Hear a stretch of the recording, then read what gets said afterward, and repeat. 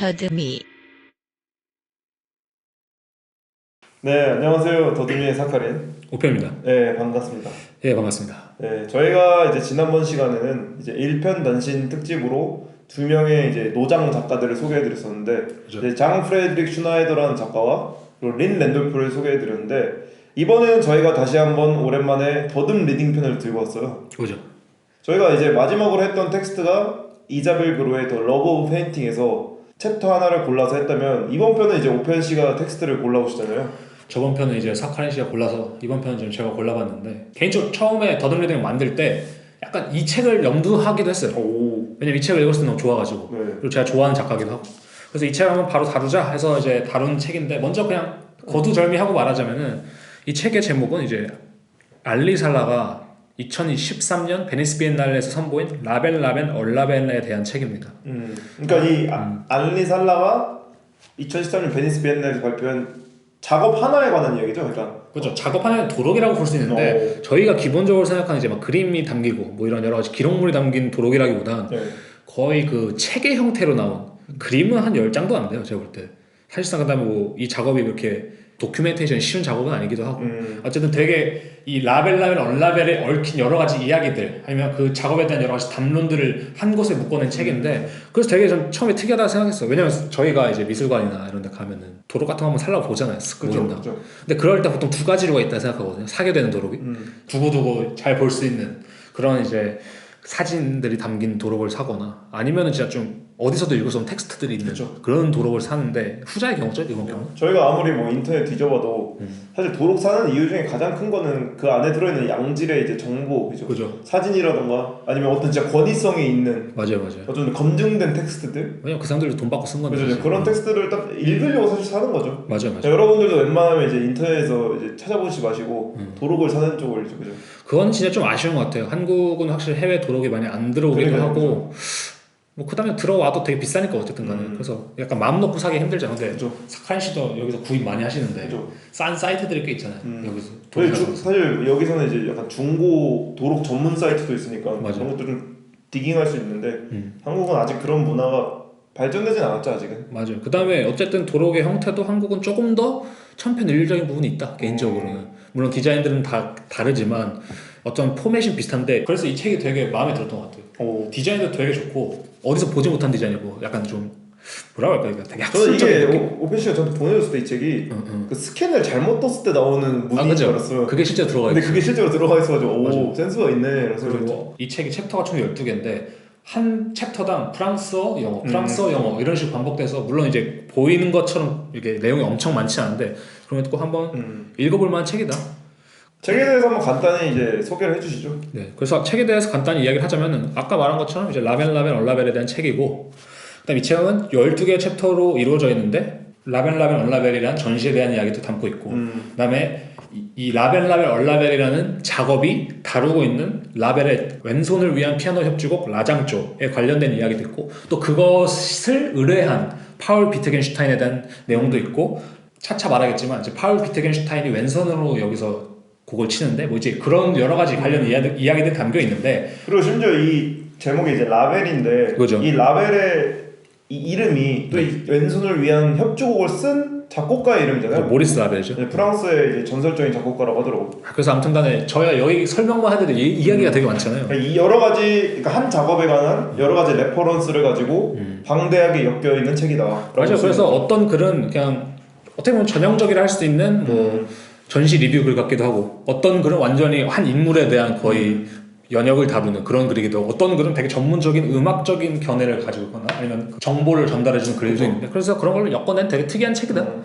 그래서 저희가 여기서 얘기할 것은 12개 챕터 중에 한 4개 챕터인데, 소개를 해드리자면은 크리스틴 마셀이라는 사람이 쓴 이란성 쌍둥이, 그러니까 여기서는 프래터널 트윈스라고 하거든요. 그래서 이란성 쌍둥이란 글이 있고, 테오도르 에델이라는 사람이 쓴 파울 비트겐슈타인, 그리고 알렉산더 바흐라는 사람이 쓴 더 하우스 오브 비트겐슈타인, 그리고 한스 브로드펠트가 쓴 피아노 뮤직 폴더 레프트 핸드 얼론, 이렇게 총 4개 챕터를 이야기를 저희가 이제 중점적으로 다룰 텍스트는 첫 번째는 그거였잖아요. 크리스틴 마셀이었는데 그죠. 크리스틴 마셀에 대해서 좀 또 간단히 이야기를 해주시죠.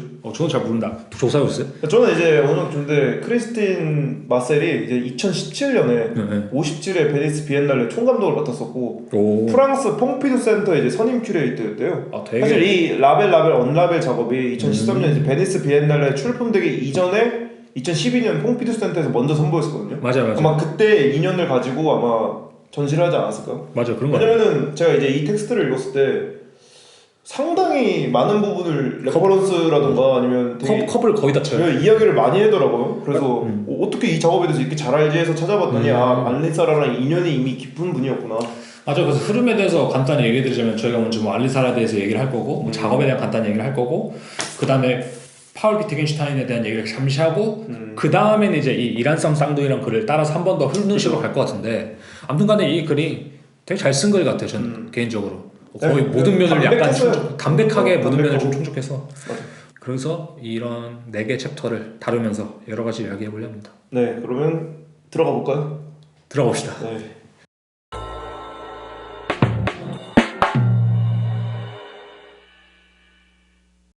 네, 그래서 이제 알리살라 작가에 대해서 한번 소개를 해볼까요? 네, 저는 개인적으로 알리살라를 처음 알았던 작업은 이 라벨 언라벨 전에 네. 그 제가 좀 이따 소개를 해드리겠지만 If and Only If라는 작업이 있었거든요. If and Only If. If and Only If.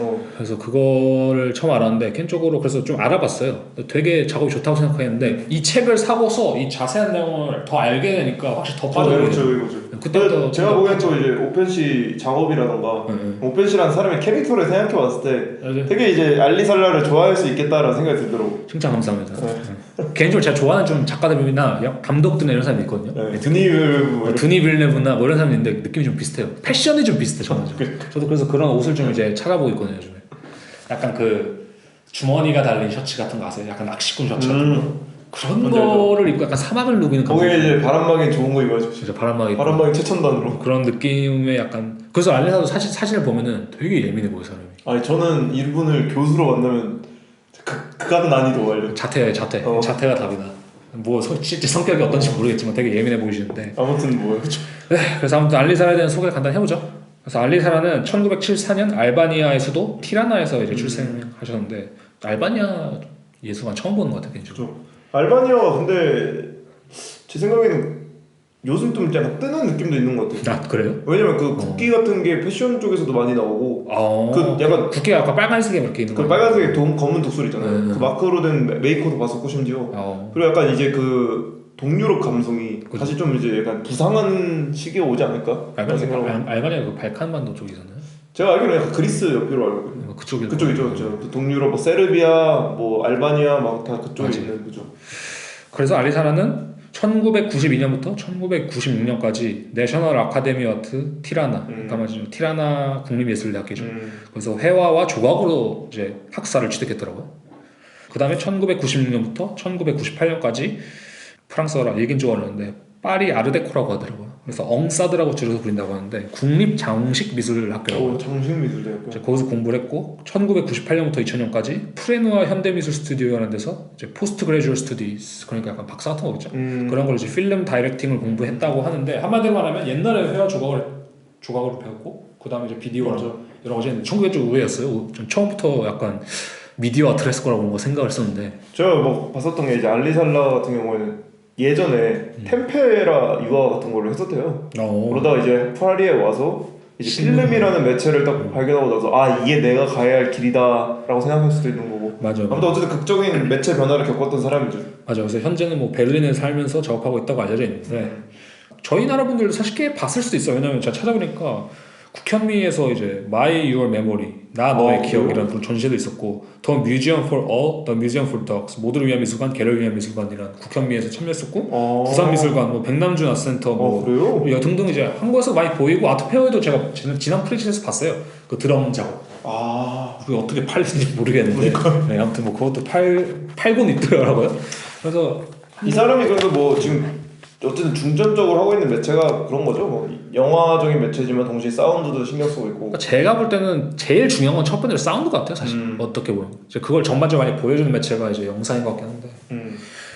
확실히 우리나라에서 좀 겹치는 느낌은 차라리 오민 작가? 저도 그분 생각. 저희가 저번에 같이 봤던 네, 그분 그렇죠. 거죠? 오민 작가가 좀 사운드나 아니면 그런 음악적인 것도 많이 활용하시기 때문에 좀 비슷한 것 같고. 그러니까 이건 해외에서도 이런 사람 포지션이 많이 없기 때문에 은근히 없죠, 은근히. 은근히 없어요. 네, 많을 듯한데 은근히 없는. 맞아. 이게 음악이라는 매체를 거의 전문적으로 사용하기가 되게 어렵기도 하고, 그다음 그걸 비디오로 풀어내는 것도 사실 되게 특이한 그런 걸 수도 있기 때문에. 저는 한켠에서 제가 인터넷에서 봤을 때 이 사람의 작업을 두고 약간 심포닉 인스톨레이션이라고 하더라고요. 건반과 사운드와 영상이 이제 세 개가 다 조화를 이루고 있는 삼위일체적인 작업이죠. 맞아, 그 표현이 정확한 것 같아요. 그래서 작품을 간단히 정리하기는 어렵지만 어쨌든 대체적으로 비디오와 음악을 좀 주된 매체를 사용을 하고, 그래서 All Over Tremble이나 Another Solo in the Doldrum 같은 작품이 이제 조각 설치에 있을 거고, 이제 저희가 말하는 라벨 언라벨, 뭐 If and Only If, As You Go, Take Over, Long Solo, Time No Longer 이런 식으로 필름 작업 되게 많아요. 유튜브에도 몇 개 있고 비메오에도 몇 개 좀 볼 수 있는 게 있는데 한 번쯤 꼭 다른 것도 보시는 걸 좀 추천드려요. 제 생각에 그래서 그의 작업에 대한 좀 키워드를 뽑아보자면 좀 시간성, 음악, 역사 뭐 이런 부분들이 좀 존재할 것 같거든요. 안리사라가 한 인터뷰에서 그런 말이에요. 그 interval is filled with potential. 그러니까 어떤 간격은 가능성을 위한 영역이다. 그래서 실제로 그의 작업을 보면은 그 여러 분야 사이에 어떤 간격에 존재하는 다루어지지 않은 지점들을 되게 보여주는 느낌이 들거든요. 그죠. 그러니까 음악적으로 쳐도 음이 있는 부분과 없는 부분이라든지, 아니면 뭐 여러 가지의 음악이 있을 때 그 둘 음악 사이의 간격과 차이라든지 그런 것들을 되게 전반적으로 사용해서 이런 거죠. 그러니까 예술을 표현하는 방식이 홍은타걸이라고 아세요? 아니 전 처음 듣는 사성. 그러니까 홍은타걸이 뭐냐면 이게 동양화 기법 같은 거거든요. 그러니까 예를 들면은 우리나라는 이제 먹으로 그림을 그리니까 하얀 걸 칠할 수가 없잖아요. 그때 이제 비 오는 식으로. 네, 그래서 달을 그릴 때 달을 그리는 게 아니라 구름을 그린다고, 배경을. 그래서 달의 모습이 드러나게. 그러니까 그 간격과 사이를 보여주면서 그 달이 드러나게 하는 거잖아요. 근데 그것은 어떻게 보면 달을 그린다기보다는 그 주위에 여러 것들을 다 그려야만 이제 달이 생기는 것처럼 이 알리살라의 기법도 약간 홍은타걸적인. 알리사라가 어쨌든 사운드 작업을 위주로 하면서 대부분 이제 공간 내 설치를 하잖아요. 그죠. 저는 약간 공간의 틈을 보여주는 작가이지 않을까라는 생각도 있고. 그런 것도 있죠. 건축적인 면도 되게 세고 사실은. 그러니까 이게 뭐 여러 가지 다 다뤄요 사실. 그러니까 작품마다 조금씩 다르기도 하고. 그래서 음악이라는 지점에서 좀 더 설명을 해보자면 저는 그렇게 생각하거든요. 그의 작업 방식이 음악 혹은 이렇게 사운드가 가지는 그 본래 내러티브가 있잖아요. 그 스스로의 맥락, 어떤 작곡이 속해 있는 시간, 역사, 공간에서 그 음향적인 특성만을 떼와서 다른 외부의 맥락에 편입시킨다는 새로운 그 맥락을 만들어낸다고 생각하거든요. 그러니까 한마디로 그거예요. 보통 음악이라는 게 요즘 시대에는 그러니까 진짜 내가 음악을 하는 밴드가 아닌 이상 뭐 영화라든지 예술에서 음악은 보통은 좀 부가적인 요소거든요. 그죠. 그러니까 어떤 것을 보조하는 역할이잖아요. 영화에서도 그렇고. 근데 이 사람은 이 음악 자체 아니면 음향이 가지고 있는 특성 그런 것 자체를 되게 고유한 특성으로 사용하면서 되게 재료화시키는 거죠, 일종의.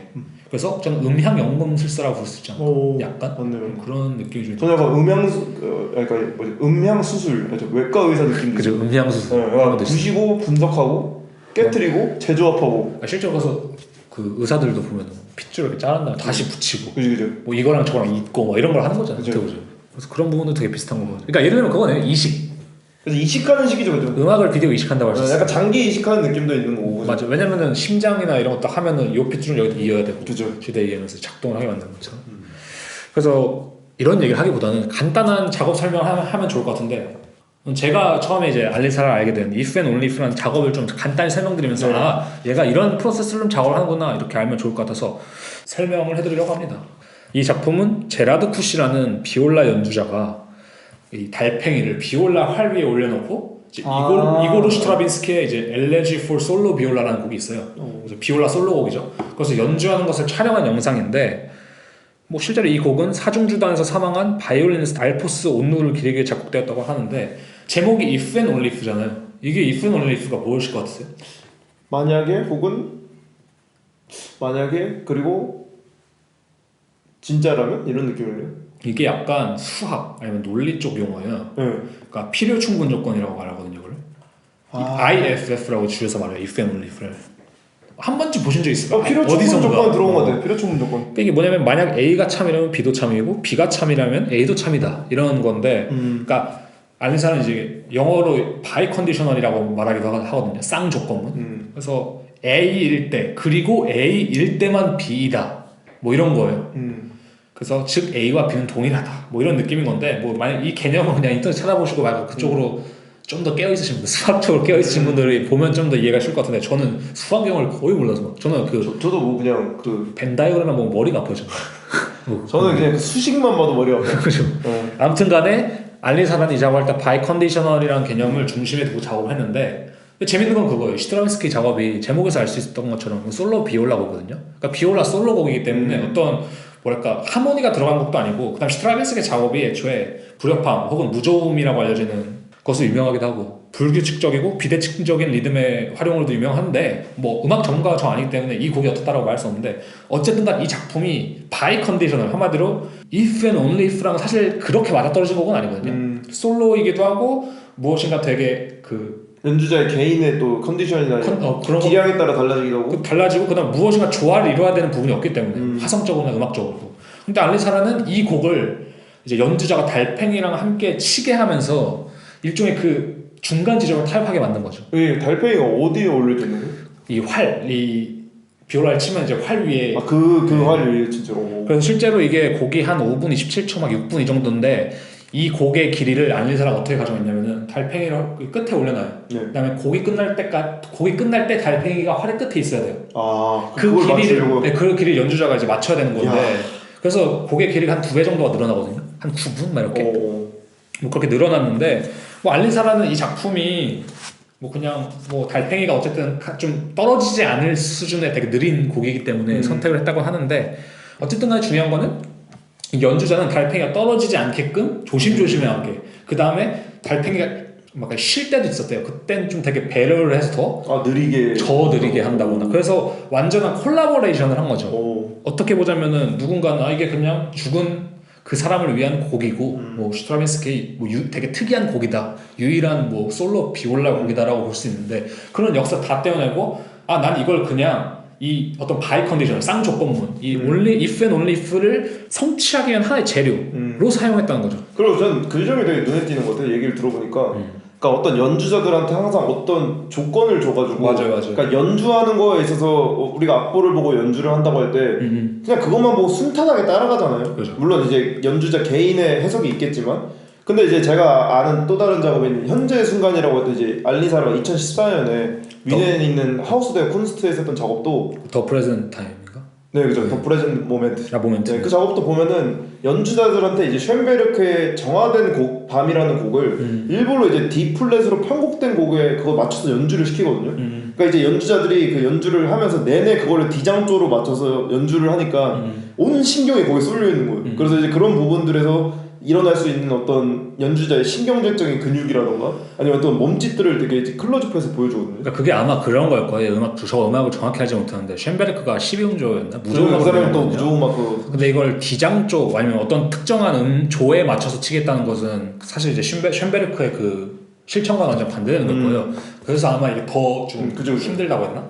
근데 그럴 때 이제 나타날 수 있는 약간 틈을 보는 것 같아요. 맞아요. 뭔가 어쨌든 그런 식으로 하다가 다른 쇤베르크가 작곡한 방식과는 다른 방식으로 어떤 음이 탄생할 수도 있고 아니면 어떤 그 사이에 어떤 실수가 나올 수도 있고 뭐 그런 것들을 이제 계속해서 체크해서 그 균열을 일으키는 사람인 것 같기도 해요. 아니면 막 그런 부분도 있었을 거예요. 그 쇤베르크 아까 막 무조음악 했었는데 그게 제가 알기로 조가 아마 계속 변할걸요. 이게 그래서 그 뭐 알리사를 어디서 말했는데 그 신체 부분이 나오잖아요. 그래서 그게 어떤 화성이라든지 기본 그런 구조 안에 속해 있는 음들이 아니라 계속 파편화됐다고 해서 그 몸의 부분들을 되게 긴장된 그걸 보여준다고 하거든요. 그러니까 한마디로 음자랄이에요. 제가 음자랄이고 음악이 가지고 있는 이 특성을 이용해서 약간 조화와 파편, 뭐 통합과 분란 뭐 이런 식으로 연구하는 작가죠. 그래서 제가 봤을 때는 이 사람의 작업의 가장 큰 장점은 그 작업 방식은 되게 논리적인데 결과물 자체는 되게 직관적이라고 생각합니다. 그래서 얼핏 보면 그냥 감성적인 작업이네라고 생각할 수 있는데 그 밑에는 사실 그 밑에 무슨 그 알죠? 인터넷망 깔려 있는 것처럼 모든 게 다 이어져 있는 모든 게 다. 저희 이번에 그 라벨라벨 보면서 뭐 저희가 살짝 얘기하겠지만 야 진짜 이게 다 껴맞춰지네? 그런 생각이 들더라고. 맞아요. 그래서 이제 라벨 언라벨에 대해서 좀 이야기를 시작해 봅시다. 네, 그래서 라벨 언라벨 작업을 이제 넘어가자면은 라벨 언라벨은 아까 말한 것처럼 2013년 베니스 비엔날레 프랑스관에서 선보여준 작업이에요. 그래서 작품은 총 2개의 파트로 이루어져 있는데 이제 라벨을 담당하는 그 라벨이 작곡한 왼손을 위한 협주곡, 왼손을 위한 피아노 협주곡 라장조, 이 작품을 연주하는 2명의 연주자의 손을 찍은 2개의 영상이 있는 거죠. 그렇죠. 그 다음에 언 라벨은 앞선 2명의 연주자가 연주한 그 다른 버전의 같은 음악을 DJ가 이제 싱크를 맞추는 거죠. 프랑스 DJ라고 하더라고. 프랑스 DJ 글로에라는 사람이 글로에가 이제 그 싱크를 맞추는 영상인데, 그래서 라벨이란 게 모리스 라벨의 이름이기도 하지만 그 영단어로는 복잡하게 꼬이게 만들다는 뜻을 가지고 있다고 해요. 그 다음에 언라벨은 그러니까 반대인 거죠. 복잡한 것을 풀다. 그래서 꼬이고 풀어나가는. 그래서 실제로 이 라벨 영상은 뭔가 이게 타이밍이 엇나가고 뭔가 그런 미묘한 차이가 있는 2개 영상 꼬이는 거죠, 한마디로. 그다음에 언라벨은 풀어내는 과정이다. 그래서 라벨에 대해서 먼저 좀 얘기를 해보죠. 그래서 라벨은 아까 말한 것처럼 2개의 영상이 이루어지는 건데, 프랑스 국립 오케스트라 소속인 루이스 로띠랑 장 에플람 바보제라는 이제 2명의 연주자를 초대해서 그죠. 연주했다고 하는데, 각 연주자에게 조금 다른 템포의 악보가 주어졌다고 해요. 맞아. 그 전에 이제 아마 그 2 엔지니어랑 작곡가와 함께 이제 협업을 해서 맞아요. 일부러 약간의 다른 템포, 그리고 중간 중간에 이제 그 음들이 겹칠 수 있는 부분들을 계산을 해서 이제 줬다고 하더라고요. 맞아. 그러니까 한마디로 말하면 이걸 들으면은 물론 당연히 퍼포먼스적으로도 조금의 차이가 더 있겠지만 실제 악보가 어디서 누군가는 빠르게 치고 있을 때 누군가는 좀 느리게 치고 맞아요. 이러면서 엇나가다가 어느 순간 또 템포가 다시 맞고 이런 식으로 계속 엇나갔다 맞았다를 반복한다고 해요.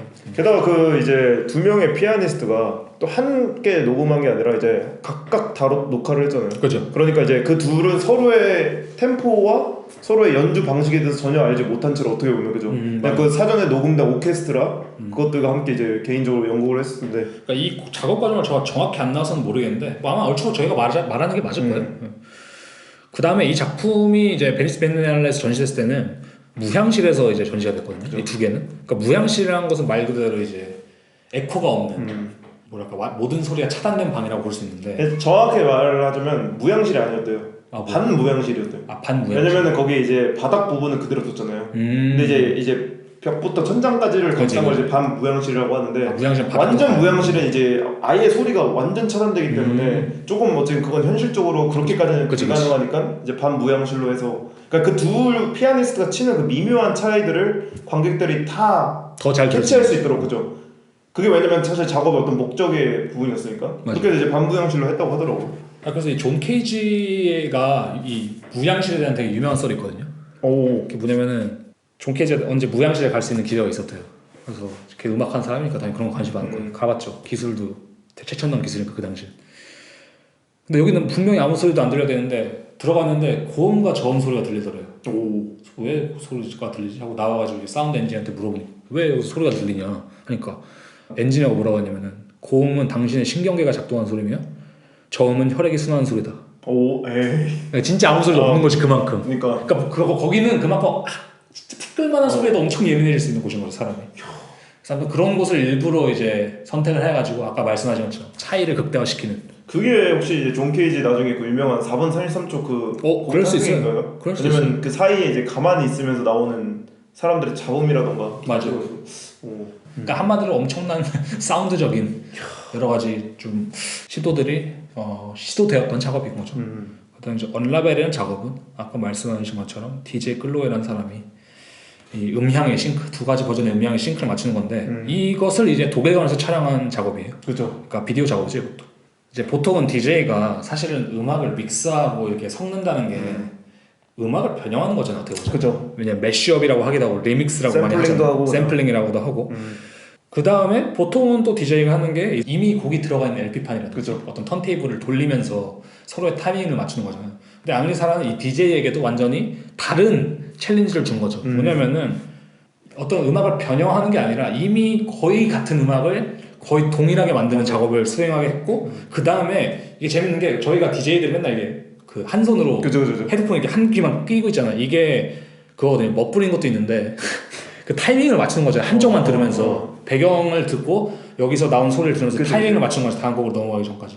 근데 그 과정을 저희는 듣지 못하잖아요. 이 사람이 돌리는 거를 미묘하게 타이밍을 맞추는 과정. 근데 알리사라는 이 미묘하게 타이밍을 맞추는 행위들이 다 비디오의 영상 안에 실리게 맞아. 만들었거든요. 그러니까 두 개 이제 그걸 싱크를 맞추는 과정을 여감 없이 다 공개한 거죠. 그죠? 조율 과정을 여과 없이 다 이제 보여준 건데 그런 면도 이제 확실히 다른 DJ의 보통의 실청은 좀 다른 거죠. 그래서 DJ가 완성된 퍼포먼스 한마디로 믹스 세트를 놓는 게 아니라 그냥 그 과정을 다 담아낸 그런. 그래서 그게 재밌더라고요. 확실히 DJ들이 어떤 이 디제잉 작업을 할 때 보면은 CD 안에 이미 음악이 들어있잖아요. 그죠. 근데 이번 경우 같은 경우에는 오히려 두 개 다 빈 디스크였다고 하더라고요. 맞아. 근데 거기에 이제 녹음된 음악을 넣어주면서 실시간. 약간 그 무슨 게임이라고 하죠? 약간 리듬 맞추는 게임 마냥 맞아. 이게 밀려 들어오는 두 개의 음악을 싱크를 맞추려고 이제 열심히 노력했던 거죠. 약간 오투잼을 한 거죠. 그죠, 오투잼을 시킨 거죠. 오투잼을 한 거죠. 그래서 이제 이게 라벨 얼라벨의 간단한 그냥 좀 어떻게 이게 실제로 진행이 되었냐에 대한 설명이 될 것 같은데 그래서 리딩으로 이제 본격적으로 들어갈 것 같아요. 그래서 첫 리딩은 이제 파울 비트겐슈타인에 대해서 좀 얘기하려고 하거든요. 네. 왜냐면 어쨌든 간에 파울 비트겐슈타인이라는 인물이 되게 중요한 인물이고 이 작업에 있어서 이 왼손을 위한 피아노 협주곡을 애초에 의뢰한 게 파울 비트겐슈타인이기 때문에 그 다음에 파울 비트겐슈타인은 챕터가 있고 그죠. 그래서 그거에 대해서 좀 얘기해 보려고 하는데 그 뒷이야기죠. 이 곡의 탄생계기? 탄생계기죠. 네. 그래서 파울 비트겐슈타인 하면은 누군가 딱 들으면 그럴 수 있어요. 어디서 많이 들어봤는데? 그죠. 누구지? 많이 들을 수밖에 없는. 비트겐슈타인? 그러니까. 그 유명한 철학자 루도비히 비트겐슈타인의 형이죠, 형. 그죠, 형이죠. 그래서 실제로 그 비엔나에서 이 비트겐슈타인의 가문이 엄청 유명하대요. 그러니까 그 당시 비엔나에서 그죠. 아니 왜냐면은 저도 알고 있지만 비트겐슈타인의 아버지가 당시 그 오스트리아의 철강 산업의 대부급이었잖아요. 칼 비트겐슈타인. 칼 비트겐슈타인이. 그리고 형제들도 어마어마하게 많지 않았나요? 형제들 총 9명이거든요. 9명인데. 9명인데 뭐 딸 아들 다 합쳐서 9명인데 비극적인 집안이죠. 파울 비트겐슈타인 넷째 아들이에요. 그다음에 루드비히가 5번째죠. 그죠. 근데 그 위에 이제 요한네스랑 콘라드랑 루돌프랑 형이 3명 있는데 셋 다 자살했어요. 그죠. 한마디로 셋 다 동성애자였는데 알죠. 맞아요. 네. 그러니까 한마디로 그거예요. 그 칼 비트겐슈타인이 당시 때 엄청난 재력과 영향력이 있었는데 비엔나에 있는 문화라든지 예술가들 사교계를 거의 그러니까 그쪽을 거의 접수해서 많이 지원해주고 그쪽이 만남의 광장이 되고 이런 식이었는데 근데 집안 자체 분위기는 브람스가 말하기를 그럼 누구 말이죠? 그 브람스요? 네, 그 브람스가 말하기를 거의 무슨 법정과 같았대요. 그러니까 엄격한 아버지였던 거. 그러니까 한마디로 예술가들 지원해주고 문화계를 다 지원해주는 그런 멋있는 가족인데 집안 분위기는 스카이캐슬인 거야. 그래서 거의 그렇기 때문에 애들이 다 자살하고 약간 뭐 이런 게 있었는데 실제로 집에서 저녁 파티 같은 거 하거나 야 우리 저녁 할 건데 와서 먹어 뭐 이러면은 브람스 오고 슈만 오고 뭐 브루노 발토 오고 마일러 오고 뭐 집에 클린트 그림 걸려있고 저기 피아노 가면 모차르트랑 베토벤 악보 실제 옛날 거 진짜 악보 있고 막 그런 집안 있죠. 그러다 이제 누가 술 취하면 가서 연주하고 뭐 그런 거 있죠. 넌 예술이 아니야 이 새끼야 이러면서 뭐 그렇게 욕을 할 수도 있는데 아무튼 간에 집안이 되게 빡세서 사실은 좀 비극적인 사건이 있는 위에 이제 형 3명도 자살하고 막 그런 케이스인데 근데 파울 비트겐슈타인 자체는 되게 열성적이었대요. 그러니까 막 하루 7시간 넘게 막 피아노 연습하고 막 성공하고 싶어하고 되게 좀 그런 열정가이라서 사실은 좀 뭐 잘 풀린 케이스죠 어떻게 보면. 그래서 실제로 26살에 데뷔를 하고 일단 바로 다음 시즌 이제 비엔나 심포니랑 협연하기도 하고 막 이래서 되게 잘 나갔던 이제 피아니스트인데 이제 아쉽게도 이제 제1차 세계대전이 발발하면서 이제 징집이 된 거죠. 그래서 독일군 쪽에 이제 들어가서 싸웠는데 왜냐면 그 당시 연합이 독일, 그쵸. 오스트리아, 이탈리아 이런 식이니까 폴란드 국경에서 싸우다가 오른팔에 상처를 입어서 절단했다고 하더라고요. 그래서 근데 포로일 당시에도 무슨 뭐 캠퍼스 피아노 연습할 정도로 막 되게 열정이 있었다고 하는데 아무튼 포로를 풀려났을 때는 다시 또 독일군 참전한 이탈리아 싸우기도 했는데 어쨌든 중요한 거는 오른팔 절단했다. 오른팔 절단했는데 사실 피아니스트한테 오른팔 절단한다는 거는 엄청나게 그거죠. 축구 선수한테 뭐 오른다리가 뭐 이런 느낌. 한 손으로 한다는 게 쉽지 않은 일인데. 맞아요. 근데 전쟁이 끝난 다음에도 그는 이제 자국에 돌아와서 꿈을 잃지 않고 계속 연습하고. 그래서 결국에 1916년에 피아니스트를 복귀했대요. 그래서 라벨이나 뭐 벤자민 브리튼 작품을 받아서 되게 공연하고 다닐 때는 뭐 거진 최정상급 오케스트라와 같이 협주한 솔로이스트였는데 다만 좀 아쉬운 건 그런 건 있었다고 하더라고요. 뭐 미국이나 이런 데서 연주를 많이 했는데 보통 연주의 느낌이 명곡을 들으러 가자 뭐 이런 게 아니라 한 손으로 하는 애가 있대. 그래서 약간 스펙타클을 보러 가는 거죠 사람들이. 그치.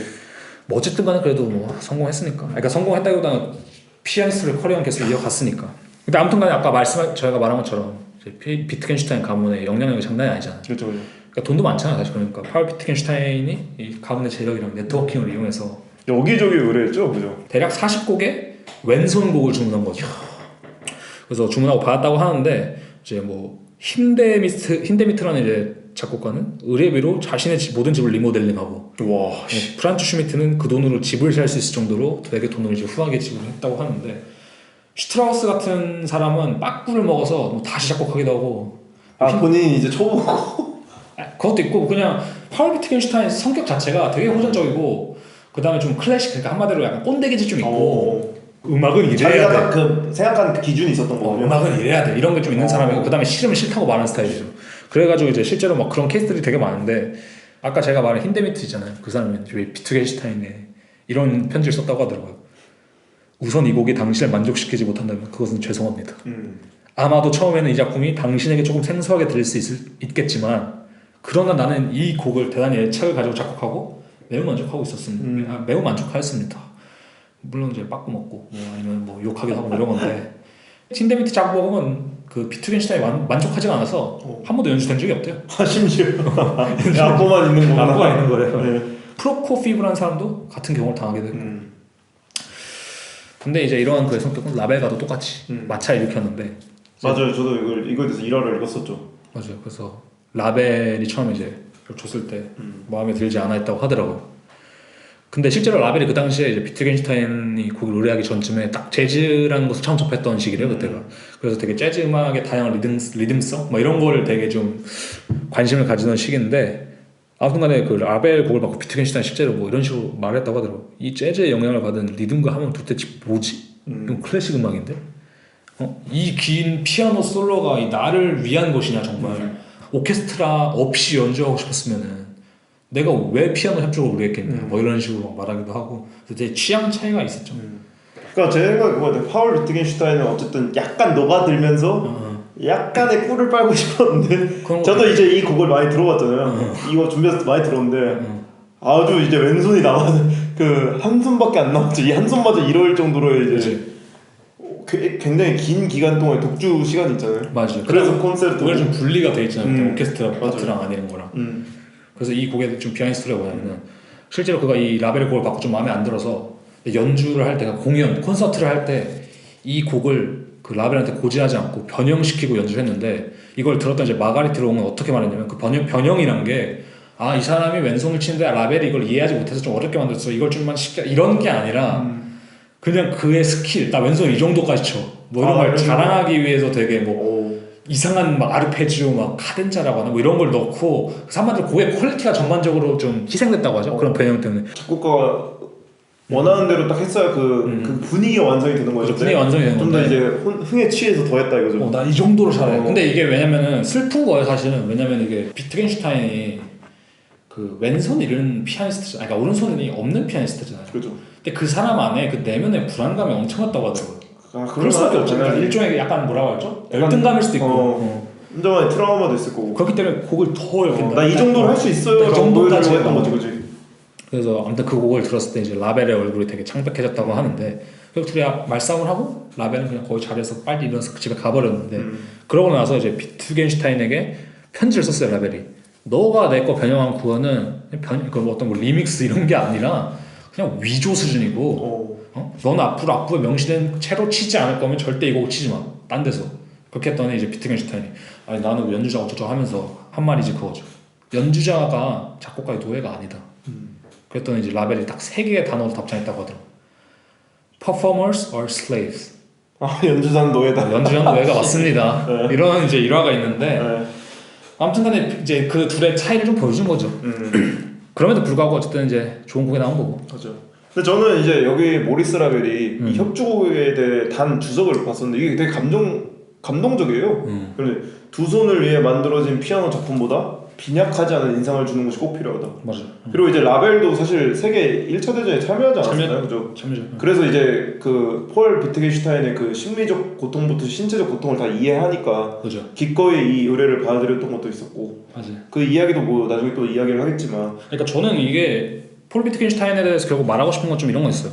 누군가 보면 진짜 돈만 지만해서 태어나 그냥 꼰대지. 물론 열심히 노력했지. 그렇게만 받아들일 수 있는데 되게 좀 저는 안타까웠던 좀 구절들이 이런 거거든요. 그러니까 비트겐슈타인 실제로 2개 녹음본을 남겼는데 되게 끔찍하다고요. 들어본 사람이 아마 음악 전문가가 쓴 글이었는데 그게 왜냐면 정제된 느낌이 있는 게 아니라 되게 거친 사운드와 되게 페달링 뭐 이런 걸로 많이 이루어져 있는데 실제로 그의 친구였던 지휘자 트레버 합이라는 사람이 뭐라고 하냐면은 그가 가지고 있던 거센 불안감은 그를 더 세게 더 크게 연주하게 하도록 이끌었으며 이는 되게 낮은 정확성을 갖게 만들었다.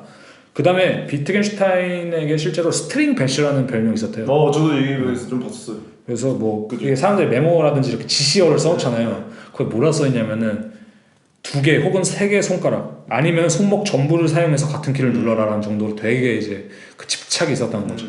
그러니까 그런 거 보면 저는 참 이게 아쉽더라고요. 왜냐면 그 집안에서 태어나서 그렇게 열심히 사는 사람인데도 어쩔 수 없이 전쟁이라든지 어떤 핸디캡이 가져다주는 그 열등감.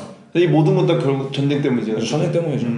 아무튼 그는 그래서 결국 나치가 이제 제2차 세계대전 전에 비엔나를 점령하기 전에 뉴욕으로 망명해서 그곳에서 23년 동안 피아노를 공연하고 가르쳤으며 이제 후에는 스쿨 포 더 레프트 핸드라는 악보집을 발간하기도 했는데 사실 이 클래식 음악을 되게 좋아하지 않는 사람이라면 파울 비트겐슈타인이라는 사람은 아무도 모르지 않죠. 저는 오히려 이제 비트겐슈타인 전기를 잠깐 읽었었을 때 저는 오히려 알고 있던 게 이 3명의 형밖에 없었어요. 그러니까 다들 어떤 우울증이나 자살했다 심리적인 이유로 자살을 하거나 아니면 실종돼서 행방불명되거나 사실 이 파울 비트겐슈타인에 대해서는 진짜 은근히 음악 관련 쪽 아닌 분들은 알기 어려웠을 것 같아요. 맞아요. 모리스 라벨도 저도 사실 처음 들었거든요. 원래 알고 계셨나요? 모리스 라벨 유명하죠. 아 그래요? 저도 제가 뭐 클래식 음악을 이렇게 막 잘 아는 편이 아니라 그런지 그걸로 유명하더라고. 볼레로 그죠? 볼레로가 되게 유명하죠. 볼레로는 저도 들어봤죠. 라벨, 뭐 드뷔시 뭐 이런 라인이랑 프랑스 이제 신고든지라고 하나. 뭐 아무나 유명한데 이제 비트겐슈타인은 사실 이제 루드비시잖아요. 그죠. 비트겐슈타인의 가부 루드비시인데. 그죠. 파울 제 비트겐슈타인은 사실 되게 흥미로운 인물이고. 어떻게 보자면 이제 그러니까 전쟁의 상처를 그대로 보여주는 인물 중 한 명이죠. 물론 수도 없이 많았겠지만 어쨌든 음악적 혹은 클래식이라는 부분에서 왼팔 피아니스트라는 좀 특징이 있는 모습과 더불어 맞아요. 그 유명한 비트겐슈타인 가문에 게다가 전쟁의 참상을 그대로 드러나는 그 트라우마라든가 아무튼 모든 것이 응축된 인물이다. 맞아, 응축된 인물. 그다음 이 작업을 이해하기 위해서 대단히 중요한 인물이다. 맞아. 그래서 뭐 이런 스토리가 있고 뭐 라베가도 이런 썰이 있다. 뭐 이 정도로 좀 받아주시면 될 것 같고. 그래서 이제 저희가 처음에 얘기한 것처럼 이제 이란선 쌍둥이란 글을 좀 따라서 좀 이야기를 여러 가지 해보고자 하는데 첫 번째로는 저는 약간 이름을 이렇게 꾸며봤어요. 제가 나름의 이제 챕터 만들었는데 첫 번째 대립과 조화라는 대립과 조화라는 챕터를 좀 만들어봤는데 첫 번째로는 그래서 독일과 프랑스라는 주제로 이야기를 좀 해보고 싶은데 아까 이제 말씀하셨잖아요. 이 전시가 독일과 프랑스와 그 관을 바꿔서 전시한 전시다. 그러니까 이게 좀 헷갈릴 수 있는데, 그러니까 알리 살라는 프랑스의 대표로 나간 프랑스 대표 작가였죠. 그죠. 그런데 그 당시 2013년 베니스 비엔날레에서 독일관과 프랑스관이 어떤 역사적인 이유, 문화적 교류의 이유로 그죠. 합의를 해서 장소를 바꾼 거예요. 그래서 이 작업이 상영된 곳은 독일관입니다. 맞아. 하지만 프랑스관으로서 프랑스관으로서 독일관에서. 그러니까 이런 식으로 생각하면 되죠. 약간 로맨틱 홀리데이였나요, 그게? 로맨틱 홀리데이. 카메론 디아즈랑 주드로였나요? 이제 그 연애하는 그 로맨틱 홀리데이인데 집을 바꿔 살잖아 거기서. 그런 문제 알죠. 그러니까 LA 있던 사람이 영국에 살아보고 영국에 있던 사람이 LA 와서 살아보고 약간 뭐 이런 느낌을 생각하면 될 것 같아요. 말이 좀 긴데. 그냥 장소를 바꿨다. 장소를 바꿨다. 근데 그래서 실제로 이 전시장을 바꿔서 전시한 아이디어가 뭐 양권 한 10년 정도? 맞아. 거의 논의가 이루어지다가 이제 마침내 이제 거기서 합의를 본 건데 아까 저희가 밥 먹으면서 얘기 잠시 했었잖아요. 맞아. 이 독일이 유럽에 가지고 있는 의미가 대단히 특이하다. 사실 세계 1차 대전, 2차 대전 두 대전의 전범국이잖아요. 그러니까 그런 거 봤을 때 이 베니스 비엔날레 안에서 되게 특이한 지점이 있잖아요. 왜냐면은 독일관은 1937년 나치에 의해서 이제 재건설됐다고 하더라고요. 그죠. 그래서 독일관이 가지는 이런 그러니까 한마디로 독일관 자체가 그 아픈 역사의 상징이죠. 상징이에요. 실제로 1993년에 한스 하케는 게르마니아라는 작업으로 그러니까 거기 이제 독일관을 다 박살낸다. 바닥을 아예 박살내고 그 히틀러가 이제 그 게르마니아 그러니까 독일관을 방문했던 사진을 또 대문짝하게 걸고 맞아. 그런 걸 걸어놓고 전시한다든가 아니면 2001년 그레고 슈나이더는 토테스하우스라는 작업으로 약간 그게 아마 본인의 이제 고향집을 그 안에 건설한 거죠. 맞아. 우리가 흔히 말하는 저먼 앙스트. 그죠. 독일인이 가지고 있는 그 불안감에 대한 작업을 했는데 그 다음에 진짜 웃긴 게 이 베니스 비엔날레 모든 관들은 사실 이탈리아 수였는데 독일 관만 독일 거라고 하더라고요. 거의 대사관 느낌인 거죠. 따지고 보면. 거의 대사관의 영토가 그 자국 영토가 아니잖아요. 맞아. 근데 이제 사실상 이 게르마니아 그러니까 이 독일 파빌리온도 독일 소유의 땅이라는 거죠. 맞아. 좀 되게 이상하긴 한데 진짜 이상해요. 네, 특이한 거죠. 제가 알기로 이번에 2022년에 이번에 했던 베니스 비엔날레 독일관도 마리아 아이히온이 했거든요. 맞아, 맞아. 근데 그분도 이제 역사적 재건축이라는 주제를 가지고 약간 벽 뜯어내고 바닥 파내고 그리고 같이 뭐 유대인 참상 지역 이렇게 투어도 맞아, 하고 여러 가지 엮어서 그냥 계속 이 공간은 어쩌면 공간 자체는 죄가 없어. 평생 그런 너무 공간이에요. 불쌍해. 그러니까 안네이프도 어떻게 보면 파우스트도 사실 은근히 좀 독일스러운 게 되게 센데. 그럼요, 그죠. 그러니까 독일관은 아마 제가 볼 때 그걸 거의 염두에 두고 뽑는 것 같아요. 그러니까 독일인들에게 베니스 비엔날레는 속죄하는 곳이야. 그죠, 속죄하고 그죠. 이 역사를 재구축하는 그런 장소여서. 아무튼 그래서 저는 이런 정보는 처음 알았죠. 그러니까 이건 한국인으로서 알아두면 좋은데 저희 나라는 원래 화장실이었습니다. 진짜요? 저희 나라 관은 원래 화장실이었어요. 괜찮은데? 세계의 변기. 우리 생각해보면 또 다른 맥락을. 네. 근데 저 이런 거 보고 전 이거 보면서 이것도 좀 생각나더라고요. 우리나라랑 일본도 이런 것들이 진짜 이루어졌어야 될 텐데. 맞아요. 제가 아까 밥 먹으면서 얘기했잖아요. 사실 이 작업이 그러니까 이 모리스 라벨의 왼손잡이를 위한 곡. 이 곡이 그 나치와 그 이념과 그 거대한 전범 국가의 이데올로기를 상징하던 게르마니아식 건물에서 틀어졌다는 것 자체가 한국으로 표현하자면 구조선총독부 건물에서 백남준 아티스트라던가 아니면 대한민국 만신이 씻김숙 정도는 했어야 하지 않나? 아니면 거의 무슨 그런 거겠죠. 그 일본 무슨 나스쿠니 참배 그런 데서 우리나라가 구슬하는. 그러니까 그런 식으로 뭐 어떤 그러니까 굉장히 역사적인 작업적 사건일 수도 있어요 이게. 그죠. 그러니까 자국민이 자국관에 가서 하는 것과 알리살라라는 알바니아 출신의 그죠. 프랑스계 대표 작가가 이 작업을 했다는 것 맞아. 굉장히 의미 있는 사건인 거죠. 맞아. 그래서 이 독일과 프랑스에 대한 얘기를 좀만 더 해보자면은 이 라벨의 곡이 되게 특이하거든요. 그러니까 아까 저희가 말했지만 첫 번째로 그 비트겐슈타인은 제 1차 세계대전 때 독일 쪽에 참전했어요. 라벨은 프랑스 쪽에 참전했잖아요. 그죠. 그러니까 둘 적국이었는데, 그러니까 한마디로 독일과 프랑스의 일종의 대립이 있어요. 이미 이 전시 자체에. 근데 이 대립을 알리사는 어디까지 끌고 오냐면 이게 2013년에 열렸잖아요. 네. 2013년 당시에 이 왼손을 위한 피아노 협주곡 라벨의 이 곡이 저작권이 독일과 맞아. 프랑스가 달랐어요. 그러니까 독일은 자신의 나라의 곡이 아닌데 이미 이것을 퍼블릭 도메인이라고 하죠. 공유 부문에 넘어가 있었고 프랑스는 아직도 지적 재산권, 한마디로 그 저작권이 유지되고 있는 상태였거든요. 그러니까 한마디로 웃긴 게 베니스 비엔날레에 독일관만 독일 소유지라 했잖아요. 그러니까 거기서는 라벨 노래를 틀 수가 있어요, 공짜로. 그러니까 그런 지정도 있고 프랑스관 했었으면 그걸 돈을 냈든지 아니면 어떤 이제 저작권 문제로 뭘 했겠죠. 골치 아팠을 수 있죠. 그래서 이 저작권이 되게 역사가 웃긴데 방금 제가 말한 것처럼 이게 2014년 당시에 이게 두 개 달랐어요. 근데 이 배경이 뭐냐면은 1937년에 이제 라벨이 사망했거든요. 근데 이제 프랑스 법은 저작권이 50년 후에 소멸된다고 이제 명령을 한 거죠, 법적으로.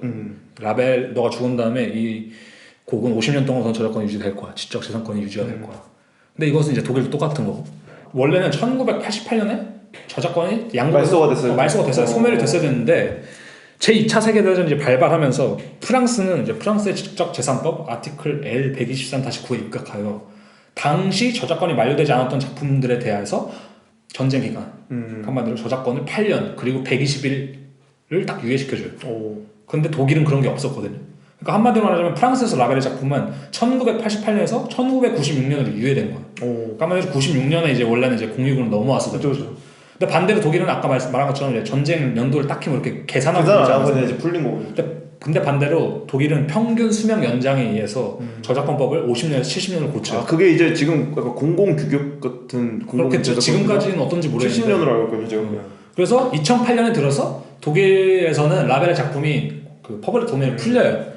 근데 웃긴 건 1985년 프랑스 입법부에서 자국 예술가의 작품을 보호해야 된다고 이제 프랑스인이나 프랑스에서 탄생한 작품들에 대한 저작권을 다시 20년을 더 연장해요. 그래서 지금까지. 그래서 결과적으로 프랑스에서 라벨의 작품은 78년 120일의 저작권을 갖게 된 거죠. 그래서 결국엔 2016년에 이제 지금 넘어왔어요. 이제. 지금 넘어왔겠군요, 그죠? 퍼블릭 도메인은 넘어왔는데 한마디로 말하면 독일은 2008년, 프랑스 2016년에 넘어왔으니까 2013년 당시에 독일은 가능했고 프랑스 불가능했다. 그러니까 참 웃긴 게 저희가 이제 파울 비트겐슈타인이나 라벨을 얘기하면서 두 명 다 어쨌든 전쟁의 참상자잖아요. 그죠. 근데 이제 이 라벨의 사후 곡마저 두 나라의 다른 태도에 다른 의해서 태도가 있지. 그러니까 너네가 뭔데 이 곡의 제작본에 대해서 이야기를 하고 있나라는 생각이 좀 드네요 갑자기. 맞아, 그렇죠. 계속 이제 이것도 어쨌든 대립이죠. 대립이죠 어떻게 보면. 그래서 이제 비트겐슈타인과 라벨도 아까 저희가 말했지만 진짜 다른 여러 가지 대립이 있던 거죠. 왜냐면은 그러니까 라벨은 아까 말한 것처럼 운전병으로서 그 영국, 프랑스, 러시아 3국 협상 동맹 쪽에 있었고 파울 비트겐슈타인은 독일, 이탈리아, 오스트리아, 헝가리의 3국 동맹 쪽에서 병사로 참전했는데 그러니까 한마디로 그 둘은 전쟁에서도 대립하였고 예술적인 성장도 대립하는 거죠.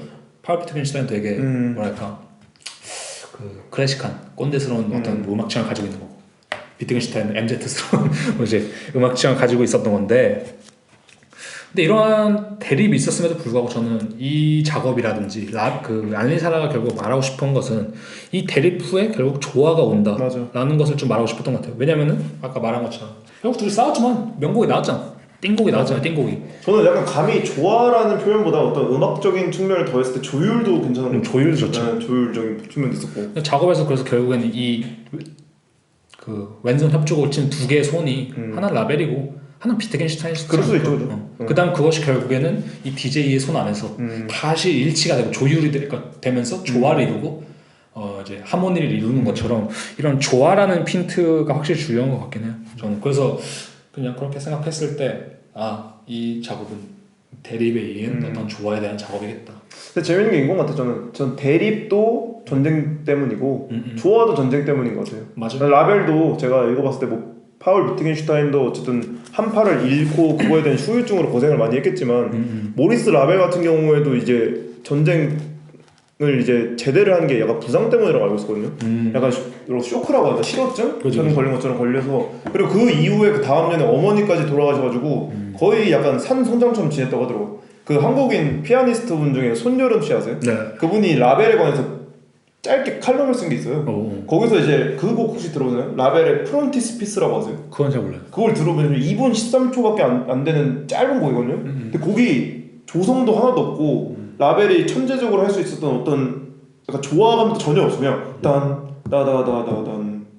아니 되게 약간 음산해요. 들으면은 약간 이거를 두고 이제 손여름 씨는 이렇게 표현하더라고. 음악적 실어증에 걸린 라벨이라고 하거든요. 그러니까 이런 상처를 입었던 것을 자기도 알고 있었기 때문에 오히려 결과적으로는 파울과 조화를 이룰 수 있지 않았을까? 그러니까 원인과 결과의 제공자가 똑같은 거죠. 그러니까 대립과 조화의 제공자도 똑같은.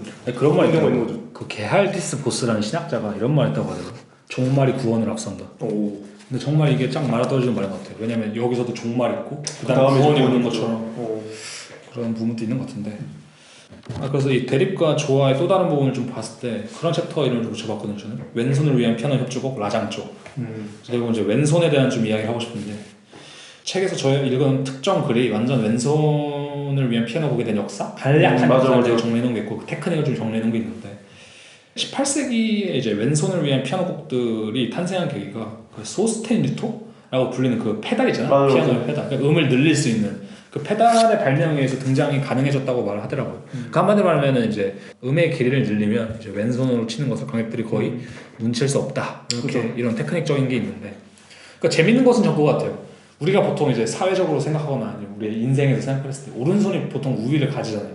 맞아, 그죠. 항상 왼손잡이는 약간 박해받은 것도 있었고. 그렇죠. 오른손잡이가 더 많고, 오른손이 좀 더 뭐 전반적으로 뭔가 세상의 모든 것들이 오른손 위주로 맞춰지고. 예를 들면 지미 핸드릭스도 보면은 왼손 기타잡이였지만, 그게 유명하잖아요. 왼손잡이였는데 오른손잡이 기타로 그렇게 친다.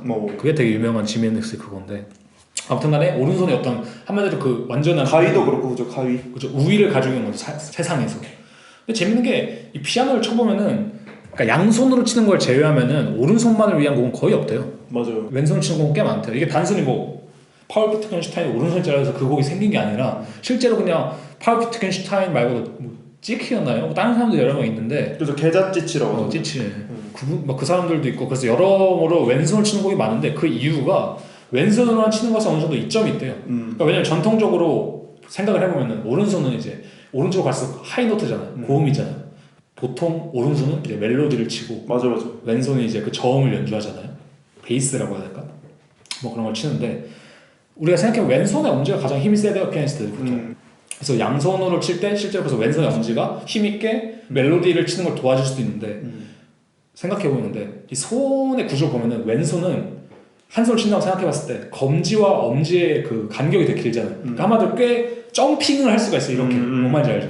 그러니까 멜로디를 왔다 갔다 할 수가 있어.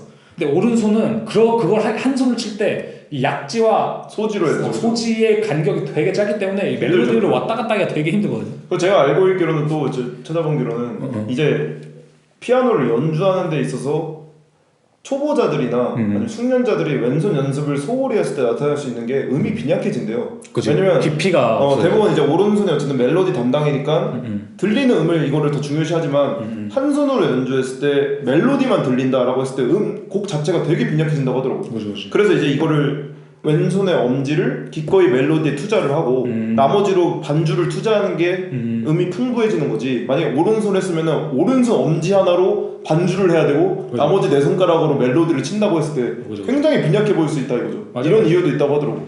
음악 문외한 입장에서 저는 오른손이 다 편하겠지 내가 오른손잡이니까 이렇게 생각할 수 있잖아요. 그렇게 생각했어요. 그렇지. 네. 근데 이게 실제적으로 봤을 때 그렇지 않다는 거죠. 실제로 봤을 때는 피아노 안에서 오른손 중심주의라는 말을 틀렸다.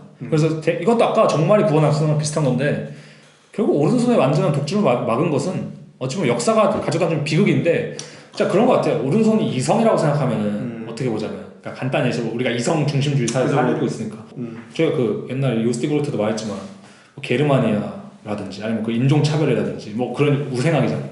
그런 것들도 그렇고 뭐 전쟁도 봤을 때 사실 이게 뭐 감성적으로 전쟁을 한 게 아니잖아요. 그치. 이성의 이 힘으로 욕심으로 하는 것처럼 어떻게 보자면 진짜 오른손의 독주는 결국 오른손이 막는 거 아닐까? 뭐 이런 느낌? 이성의 독주가 이성을 맞네.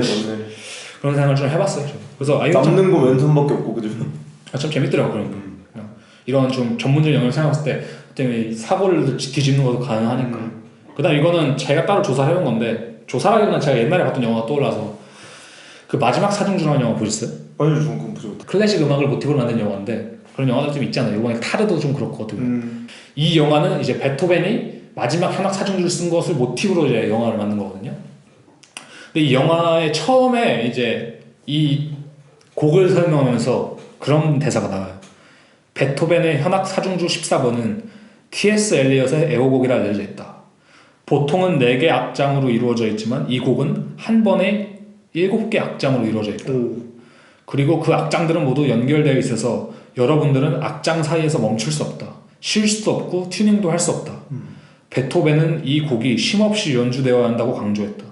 그는 아마도 어떤 결합이나 연관성을 강조하고 있었는지도 모른다. 베토벤은 시간이 없다고 느꼈을 것이다.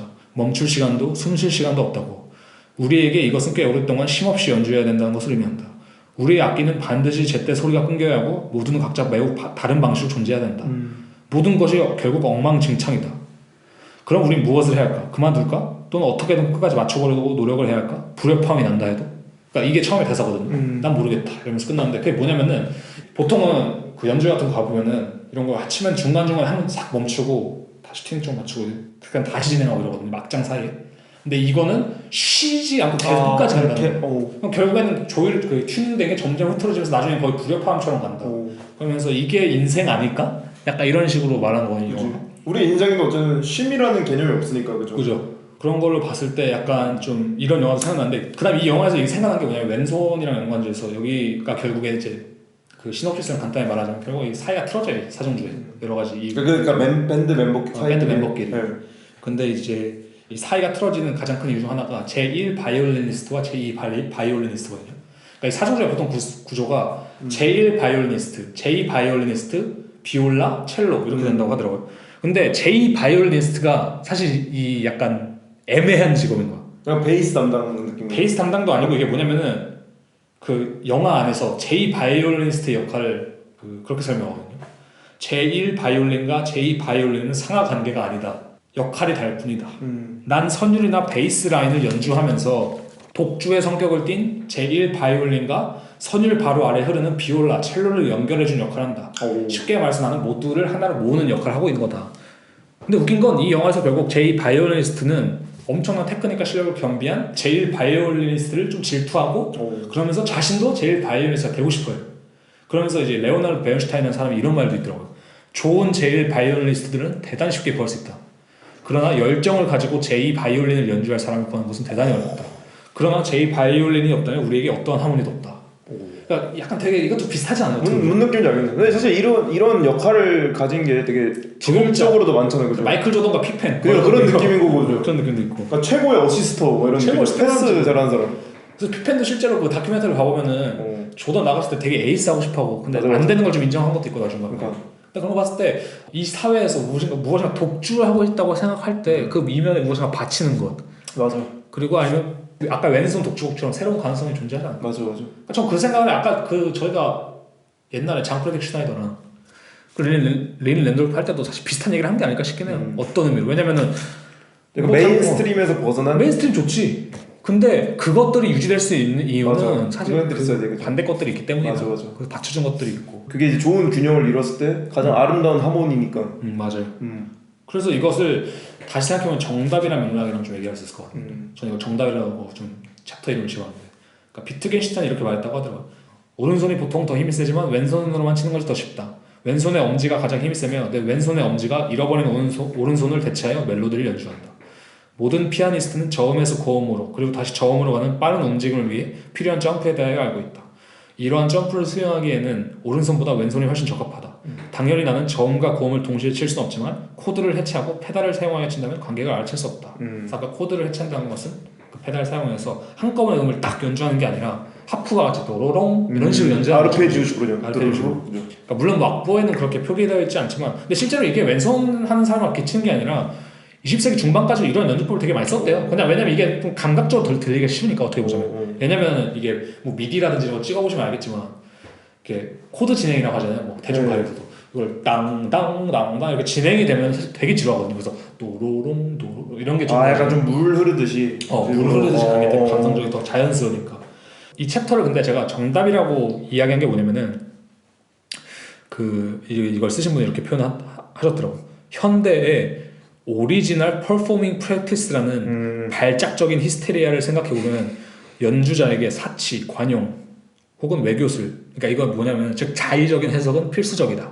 그러니까 요즘에 그런 거죠. 뭐 손여름 씨가 있을 수도 있고 뭐 랑랑이 있을 수도 있고 그죠 뭐 누가 있나 누가 뭐 피아니스트 박성진 씨, 두성진 씨 있고 조성진 씨도 있고 그죠. 박성진 씨는 고어텍스 예. 근데 여러 명 있잖아요. 근데 그런 피아니스트들이 있을 때 결국 내가 조성진 걸 듣는 데는 이유가 있어야 돼요. 맞아. 모두가 악보대로 똑같이 친다면 뭐 사실 이제 특색이라는 게 없는 거니까. 그러니까 실제로 뭐 유명한 피아니스트 누가 한 말인데 난 일부러 틀리게 친다.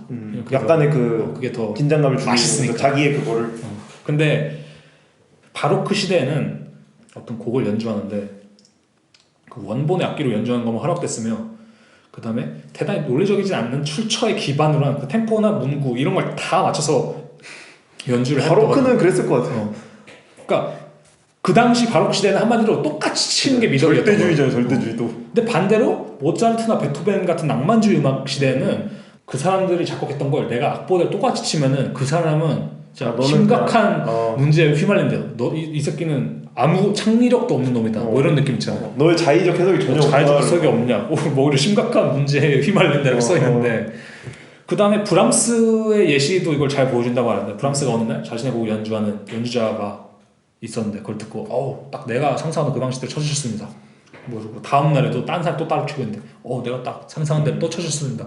그러니까 한마디로 말하면 음악에 올바른 방법은 없다. 시대별로 바뀌기도 하고 맞아. 뭐 그렇기 때문에 우리가 언제나 정답이라고 생각하는 것이 정답이 아닙니다. 아다르고 어다라고 하잖아요. 아다르고 어다르다. 뭐 하나를 봐도 판단하는 게 사람마다 다 다른데 맞아. 심지어 음악은 또 더 그렇지 않을까?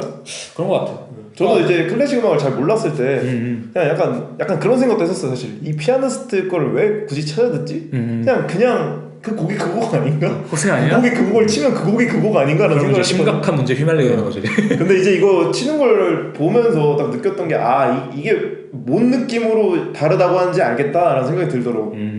맞아. 그래서 아무튼 그러니까 예술에도 너무 정답을 찾는 거는 그지 미덕이 아니다. 그죠. 예술은 그냥 이렇게 떨리는 상태로 딱 둬서 그죠. 각자의 그냥 알아서 딱 보도록 하는 게 그 최고죠. 그래서 이제 다음 챕터로 또 넘어가 보자면은 이제 공간이라는 좀 제목을 붙여봤어요. 이거는 이제 알리 살라의 작업의 특성, 그다음 그 작업의 역사라든지, 맞아요. 약간 이제 한마디로 말하면 좀 더 예술적인 관점에서 음악적인 것보다는 예술적인 관점에서 좀 보는 건데, 그래서 실제로 이제 안리 살라의 작업이 되게 음악을 공간과 엮은 걸로 되게 유명한 거잖아 사실. 음악 공간 비디오 이런 식으로 엮은 게 유명한 건데 사실 이게 뭐 안리 살라만 한 게 아니라 20세기 음악가들이 많이 이걸 했다고 하더라고요. 그러니까 20세기 음악가들은 공간이랑 사운드의 관계를 뭐랄까 대단히 관심을 가지고 연구를 했는데 스톡하우젠 같은 경우는 이제 오사카 엑스포에서의 그 구형 건축물이 이거 유명하죠 참. 건물 자체가 엄청 유명하죠. 아니면 그로토 자이타라는 이제 그 동굴에서 이제 연주회를 한다든지 하면서 어떤 다양한 공간에서 맞아. 음악이 뭐 어떻게 들리겠냐. 그리고 그 이분 대표작 중에 이제 그룹펜이라고 하세요. 그룹들이라는 곡이 있는데 그 곡도 특이하게 봤더니 이제 오케스트라를 디귿자로 두고 관객들 그 안에 넣어요. 그러니까 이제 다방면에서 이렇게 들어오도록. 그렇지. 그러니까 5.1 서라운드 아날로그. 그러니까 억지로 시키면 귀 주입식으로 거의. 그러니까 인간 헤드폰. 이제 그런 거죠. 그다음에 이제 음악가들은 또 음악이 연주되는 시각적 맥락에도 많이 관심을 가졌다고 하는데 뭐 제나킨스의 필립스 파빌리온 뭐 이런 좀 대표적인 예시라고는 하더라고요. 르꼬르비지에도 보니까 이제 여러 음악가들이랑 협업도 많이 하고 그죠? 건축적으로.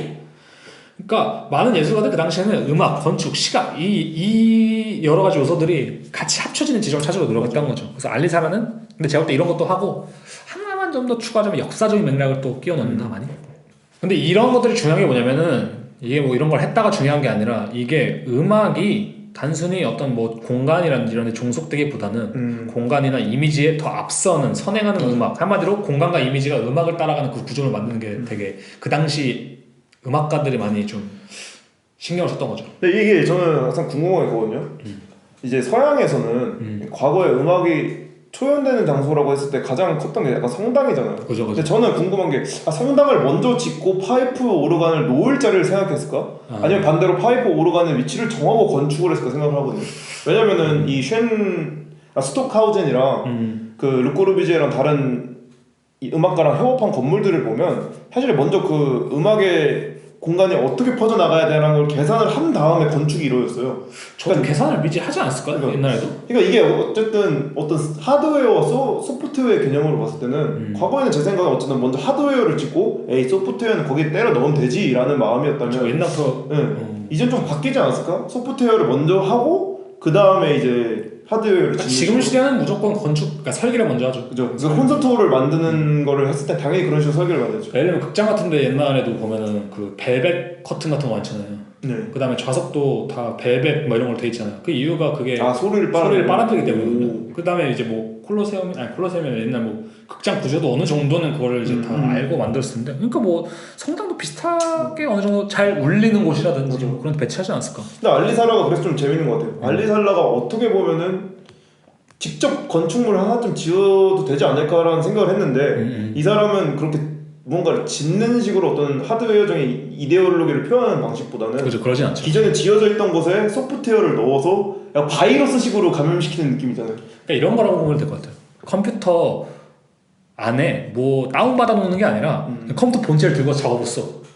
약간 그런 느낌? 그죠. 뭐 그런다고 볼 수 있을 것 같은데, 아무튼 간에 이 음악가들에게 중요한 거 뭐냐면은 이 음악 청취하는 이 행위가 단순히 지적이고 논리적인 게 아니라 대단히 직관적이고 그 다음에 체험적인 영역으로 발전시키려고 노력을 했다 이거죠. 맞아요. 그래서 피에르 투르콧은 귀, 뇌, 손, 몸의 말초기관은 음악의 광범위한 이해와 청취를 위해 필수적이다 라고 말한 것처럼 알리살라 또한 이제 몸으로 보고 느끼고 청취하는 경험을 만들려고 노력한 거죠. 그러니까 제가 보기엔 알리살라가 이 필름을 쓴 것도 그거인 것 같아요. 어쨌든 이 사람이 비주얼적인 측면도 있을 거 아니에요. 당연히 해야를 했던 사람의 출신으로서. 그죠. 그러니까 필름이라는 건 보는 것을 상정할 수밖에 없는 매체인데 동시에 거기에 이제 스피커를 항상 자기가 좀 연구해서 배치를 하거나 아니면 그게 믹싱 같은 거를 이렇게 연구를 하잖아요. 그런 것들을 보면은 이렇게 눈까지 즐겁게 해주면서 귀까지 사로잡고 거기 안에 들어와 있는 사람들의 약간 오감을 만족시키기 위한 약간 맞아요. 저희가 그때 이자벨 그로 때 얘기했던 약간 체험적 전시에 약간 체험. 끝판왕 중 한 명? 맞아, 끝판왕이에요. 저 다른 사람은. 모든 걸 연구한 사람. 이 당시 약간 프랑스 작가들이 그런 걸 되게 잘해요. 뭐 필립 하레노도 그렇고. 그러니까 맞아 알리사라를 보면서 필립 하레노가 더 생각나더라고. 맞아요. 관계미학 이런 것도 좀 생각이 나고. 관계미학 작품을 좀 많이 하죠. 그래서 이제 알리살라가 그래서 이런 공간이라든지 이런 체험적인 영역을 다루기 위해서 하는 게 변형이라고 생각하거든요. 그래서 알리살라는 이제 아까 말했지만 기존의 곡을 그대로 사용하지 않잖아요. 맞아요. 뭐 라벨 같은 것도 뭐 악보를 바꾼다거나 프레젠트 타임들도 뭐 그 조를 바꾼다거나 뭐 여러 가지 장치가 들어가는 것처럼. 그래서 이런 거를 사용하는 이유가 되게 음악이 가진 공간성을 확장하고 되게 조정하기 위해서 생각하거든요. 맞아요. 그러니까 예를 들자면 그 라벨의 작품을 그냥 연주하는 것과 두 개의 연주자가 되게 템포가 다르거나 이게 차이가 생기면서 그 간격이 생기는 감상을 주는 것은 우리가 체험적으로 완전히 다르거든요. 그죠. 저희 컴퓨터 옛날에 하다가 막 그런 경험 있잖아요. 막 이제 음악 듣다가 갑자기 렉 걸리면은 똥똥똥똥똥똥 근데 이거 좋은데? 막 이렇게 느끼기도 하잖아 가끔. 이게 근데 사실 DJ들이 하는 거죠. 어떻게 보자면 그게 테크노인데. 그게 테크노잖아. 그래서 그럼 어쨌든 그런 식으로 음악 자체를 어떤 식으로 되게 늘리고 변형하고 뭐 어떻게 조정을 해서 이런 체험적인 어떤 상황을 만들어내는데 무향실도 뭐 비슷한 거죠. 관객과 공간의 분리를 가정하는 걸 수도 있고 뭐 일상과 현실로부터의 분리를 가정하는 걸 수도 있고. 그래서 이 작업 같은 경우는 대표적으로 이제 스티브 라이시의 페이징 기법을 활용한 거잖아요. 그죠. 그래서 페이징 기법은 뭐냐 하면 이제 그러니까 똑같이 치는데 둘이 타이밍 싱크만 조금씩 계속 엇나가거나 느리게 이렇게 엇나가게 만드는 건데. 그러니까 여러 악기가 이제 같은 음명을 동시에 연주하다가 한 명씩 약간 한 박자씩 살짝 어긋나면서 그 차이로 일부러 새로운 조합을 만들어내는 막 작곡 기법이라고 하더라고요. 맞아. 그래서 불협화음과 협화음의 반복이다 이렇게 말하면 될 것 같은데 페이징 기법이 사실은 되게 미니멀리스트적인 기법이잖아요. 그래서 어떻게 보면 서양 전통 음악의 형식에 반대하는 그런 미니멀리스트적인 건데 안리 살라의 경우는 그냥 이 프랑스 신고전주의 시대 이 라벨의 음악에 이걸 도입했다는 것 그것도 사실 좀 재밌는 부분이죠. 맞아요. 그러니까 라벨이 그렇다고 하더라고요. 고전주의를 어느 정도 답습을 하면서 그러니까 전통을 무조건 버리는 양식으로 보는 것이 아니라 그 안에 있는 어떤 좋은 부분들을 이제 답습을 하면서 인상주의에도 영향을 많이 받아가지고 그 두 개를 되게 섞어서 약간 신고전주의적 작곡가라고 표현이 많이 됐다고 하더라고요. 그러니까 전통과 아니면 자기가 가지고 있는 개인적 감정에서의 해석 그 진동 그것들을 이렇게 섞어서 만들어낸 거죠. 맞아요. 거기에 이제 그 곡을 페이징 기법이라는 어쩌면 동양적인 미니멀리적인 것까지 또 섞어버리면서 또 새로운 맥락을 창출시킨 것도 있고. 레퍼런스 되게 많아요. 그러니까 레퍼런스가 지금 끝이 없어. 그래서 안리살라 같은 경우는 그래서 신체에 되게 관심이 많은데 그래서 안리살라가 사용한 것 중에는 보통 오페라곡 이런 건 없잖아요. 맞아요. 보통 이제 인스트루멘탈이라고 연주곡인 건데 그 이유는 그 연주곡을 안리살라는 약간 그 춤이라고 생각한다고 하더라고요. 그러니까 예를 들면 오페라나 이런 거 할 때는 보통은 이제 그 노래를 부르는 사람한테 시선을 가잖아요. 근데 연주곡 같은 경우는 자신이 볼 때 이 신체의 춤 같다, 거의 춤이랑 비슷하다, 뭐 이런 식으로 생각하기 때문에 이제 연주곡을 많이 쓰는데 아까 이골 스트라빈스키 얘기가 잠시 나왔었는데 이골 스트라빈스키는 그런 말도 했다고 하더라고요. 나는 언제나 눈을 감고 음악을 듣는 것에 대한 공포를 가지고 있다. 제스처에 대한 시야와 몸의 여러 부분들의 움직임은 음악의 모든 부분을 경험하고 청취하기 위해선 필수적이다. 창작되거나 작곡된 모든 음악은 청취자의 지각을 위해 약간의 외부화를 요구한다. 그래서 이 음악 역사 안에서 퍼포먼스적인 것, 시각적인 것, 그리고 신체적인 것 이런 것을 되게 강조하는 게 안리살라의 작업의 특징이다. 그래서 필름이란 매체를 쓸 수밖에 없는 거죠, 그죠? 그걸 보여줘야 되니까 그걸 강조를 하고. 그다음 안리살라의 영상을 되게 보면은 음악을 쓰는데 되게 퍼포먼스적이에요, 사실은. 그러니까 이게 비디오라서 맞아. 그렇지. 막 이걸 실제로 할 수도 있어, 사실은 그거를. 맞아. 뭐 라벨라벨 실제로 두 명 칠 수도 있지. 맞아. 그리고 사실 안 보여줄 수도 있어요, 그죠? 그냥 그 두 음악만 틀어놓을 수도 있지. 사람들이 이렇게 들리게 만들어야 되는데 사실 그걸 눈으로 같이 보면요. 제 생각에서 제가 그 라벨라벨 작업을 보면서 느낀 게 이게 눈으로 안 보면은 음악에 대한 그게 없는 사람은 알아차리기 힘들 수도 있어. 그러니까 이거를 오히려 보여줌으로써 그러니까 대조를 이루기도 하고 저한테 되게 눈에 띄었던 부분이 이제 왼손 열심히 치는데 편하게 오른손을 이렇게 마치 두고 있는 그 사람이 있더라고요. 그리고 이제 유튜브에도 이름 인수인가? 어떤 피아니스트 분이 공연장에서 그거를 이렇게 하는데 한 손을 이렇게 내려틀어 놓고 치시더라고요. 그러니까 왼손으로 한 손을 칠 때 오른손을 대하는 모든 연주자의 태도가 다른 거예요. 이런 부분도 저한테 되게 눈에 띄더라고요. 맞아. 그런 이게 각자의 개인성이 드러나는 부분도 있는 거고. 맞아. 그리고 그 한 위에 아래로 영상을 틀어놨잖아요, 라벨을. 근데 이제 한 분은 오케스트라 나와서 자기가 치는 거 쉴 때 마음 놓지 못하고 이렇게 건반 근처에 있더라고 손이. 근데 다른 분이 이렇게 내려놓고 치고 약간 이런 식으로. 근데 한 분은 이제 약간 그런 것도 확실히 그런 게 개인의 춤인 거잖아. 그러니까 개인의 춤. 안릴레사라고 말하는 것처럼. 맞아요. 그래서 저희가 퍼포먼스 얘기도 했지만 진짜 그걸 보여주는 게 되게 중요한 거죠. 왜냐면은 사실 알리사다의 선조격이라고 할 수 있는 영화가 하나 있거든요. 영화의 장면. 그 말할 수 없는 비밀에. 그 맛깔나는 피아노. 그건 봐야지. 듣는 거랑 충만이 안 되죠. 근데 이 시각과 그죠. 이 감정과 이 음악의 맛이 참 맛있잖아요. 그러니까요. 그 MC가 참 맛있어. MC가 맛있어. MC 없으면 그거 싫. 근데 이게 그렇게 진짜 생각할 수 있어. 그 음악을 그냥 이제 뭐 CD 본이나 MP3를 듣는 거랑 앞에서 완전 주걸림과 그분이 이렇게 떠러러러 치고 있는 건 또 다르잖아요. 제가 이제 2014년에 독일 처음 왔을 때 독일어 학원에서 그 소풍을 갔어요. 근데 이제 베를린 필하모닉이 종종 리허설을 무료로 공개하는 경우가 있거든요. 그래서 그때 갔어요. 멋있다. 베를린 필하모닉 거기 제일 유명하죠. 오케스트라를 가서 진짜 리허설 30분밖에 안 하거든요. 맛깔나게만 보여주는데 그 느낌이 재밌다. 완전 신기하고 확 이게 다 오더라고. 그때 느낀 게 이게 보는 건 다르구나 확실히. 저 진짜 한번 나중에 보러 갈까요? 그러니까 한번 여기 문화생활 좀 한번 그런 거 저도 옛날에 한국에서는 좀 가끔 봤었거든요. 예술전당 같은 데 가서. 근데 최근에 진짜 본 적 없는 것 같아요. 그런 이제 클래식 공연 같은 거. 근데 저 오케스트라 한번 듣고 싶긴 해요 갑자기. 저도. 저는 사실 이 알리사라 작업을 조사를 하면서 비로소 작품께서 클래식을 듣게 되면 약간 요렇구나 이런 거 있죠. 아무튼간에 알리사라는 어떻게 보자면 클래식 음악을 다루는 영화의 예술 버전이다. 맞아. 그렇게 볼 수도 있죠. 맞아.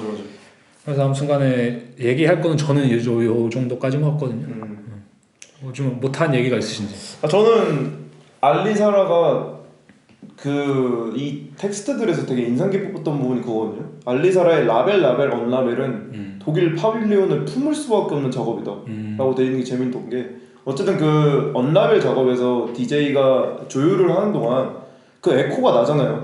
텅 빈 독일 파빌리온. 근데 이거는 이제 독일 파빌리온에서 전시를 안 하고 다른 장소에서 한다고 하더라도 독일 파빌리온에 영혼이 계속 따라가면서 그 건축이 특정한 구조에 따른 소리가 녹음이 되는 거니까. 그리고 반대로 라벨이 이제 사용되었을 때 아까 말씀하셨잖아요. 그 올리비아 고인나드랑 같이 작업을 했을 때 일부러 그 홀을 생각을 했다고 하더라고요. 이게 어떻게 튕겨나가야 그 구조를 다 생각했죠. 그 구조에서 어떻게 하면 가장 잘 울리냐. 그러니까 라벨도 그렇게 해서 마스터링이 된 음악이기 때문에 어쩔 수 없이 독일 파빌리온 간에 영혼을 가질 수밖에 없는 거죠. 그러네. 근데 이거는 저는 재밌는 게 아까 제가 말한 건축적인 하드웨어와 음악이라는 소프트웨어의 역할이 완전히 도치된 거거든요. 맞네요. 그럼으로써 사실 저는 이 독일 파빌리온이라는 것이 가지고 있는 이념을 소프트웨어가 먹어버린 상황이 돼버리는 거죠. 굉장히 재밌는 거죠. 트로이 목마였네요.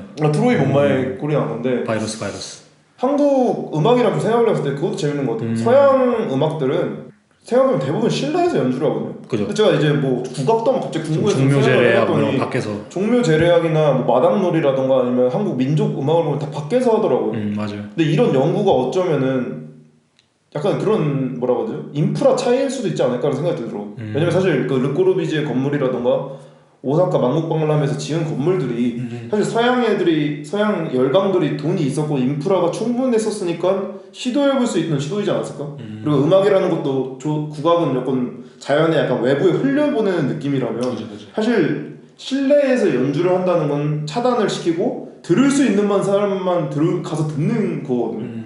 근데 그런 부분들을 알리사라가 과연 다음 작업 혹은 다음 주에서 어떤 식으로 좀 풀어나갈까 궁금한 게 있는 거예요. 저는 확실히 그렇게 말할 수 있을 것 같아요. 알리사라 같은 작업이 나오려면은, 그러니까 저는 사운드 작업하는 사람들이 되게 많이 없다고는 생각해요. 첫 번째로. 근데 그 이유 중 하나가 이 음악을 재료로 쓸 수 있는 사람이 많지가 않아요. 그 정도의 지식, 그 정도의 노력, 아니면 그 정도의 뭐랄까 감각. 그 음악을 재료로 쓴다는 것은 진짜 사람이 냉정해야 되거든요. 그죠. 왜냐면 음악이라는 게 사실 되게 우리가 그런 말 많이 하잖아요. 더 감성적이다, 맞아. 감각적이다. 내가 슬픔에 대해서 백날 그리는 것보다 뭔가 슬픈 노래는 더 슬퍼지잖아요. 그러니까 우리가 마음이 울적해. 그럼 슬픈 노래 듣잖아요. 그러잖아요. 마음이 슬프다고 우리가 슬픈 그림을 보진 않아요. 슬픈 그림을 그릴 수도 있겠지만. 그렇죠. 근데 그런 것처럼 음악이 가져다는 그 직관적인 어떤 그 감각적으로 더 느껴지는 그런 게 있는데 그것을 진짜 냉정하게 봐야만 할 수 있는 작업이 좀 알리사라의 류의 작업이라고 생각하거든요. 맞아. 피도 눈물도 없이. 어떤 음악 평론가들이 차라리 할 수 있는 작업일 수도 있고. 근데 이분의 약간 커리어 쪽에서 가장 초창기적인 작업이 제목이 이제 다미 엘 콜로리, 이제 이탈리아로 돼 있는데 그 영어로 좀 말하고 한국어로 말하면 색깔을 달라거든요. 맞아. 근데 이제 알리살라가 가장 그 당시 친했던, 현재는 알바니아 대통령인 에드 이름 뭐죠? 에디 라마 그분이랑 그 차를 타고 이렇게 시내를 돌면서 약간 영상을 찍는 건데, 그 사실 결과적으로는 그런 프로젝트예요. 알바니아가 어쨌든 동유럽 그 공산주의 국가에서 민주화가 이루어지고 나서 상당히 세르비아 내전도 뭐 그런 뭐라 그러죠? 그 전쟁 이름이 뭐 여파가 있었나요? 아무튼 여러 가지 일을 겪고 되게 피폐해지고 낙후된 지역이잖아요. 알바니아라는 그 국가의 느낌이. 그죠. 근데 거기를 이제 돌면서 그 시장이 화가 출신으로서 이 도시에 대한 우리가 새로운 분위기를 환기시키거나 여기를 뒤집으려면 색을 칠해야 된다. 그것도 밝고 화사한 색을. 근데 이거는 참 재밌는 게 음악이 전혀 들어가진 않았지만 어떻게 보면 그러니까 그치. 사운드는 들어가있지만 이 하드웨어라는 건축적인 색깔을 바꿈으로써 어떤 새로운 분위기를 형성시키려고 하거든요. 그치. 그러니까 외부에서 외벽을 칠하는 식으로 처음에 이루어졌는데 지금 현재 알리사라가 하고 있는 방식은 외벽을 칠하고 외벽을 바꾸고 바깥에서 관조하는 식으로 이것에 대한 이념을 바꾸는 게 아니라 그 안에서 사운드를 틀거나 그 안에 어떤 트로이 목마를 풀어버리면서 그 안에 있는 그 이데올로기를 깨트리거나 불일치시키는 거죠. 좀 더 효과적이라고 볼 수도 있겠죠. 근데 저는 이제 감히 예상컨대 뭐 지금까지 알리사라 작업을 보니까 계속 내부에서 하는 식으로 작업을 했었는데 언젠가 다시 이 색깔을 달라처럼 뭔가 외부에서 다시 한번 좀 바꾸는 시도를 한 작업이 나오지 않을까? 라고 생각하게 돼요. 근데 저는 오히려 그 색깔을 바꿔도 그게 외부라고 봐야 될까 싶긴 해요. 왜냐면은 뭐 건축의 구조를 바꾼 건 아니잖아요, 사실. 그죠. 그러니까 저는 그것도 어떻게 보면 되게 좀 간단히 말하면 좀 패시브한 움직임이라고 할까?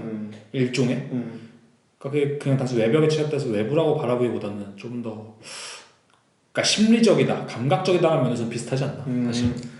좀 더 어쩌면 회화적인 색깔에서 이제 그러니까 색을 사용하기 때문에 그냥 그럴 수 있는 것 뿐이지, 뭐 예를 들자면.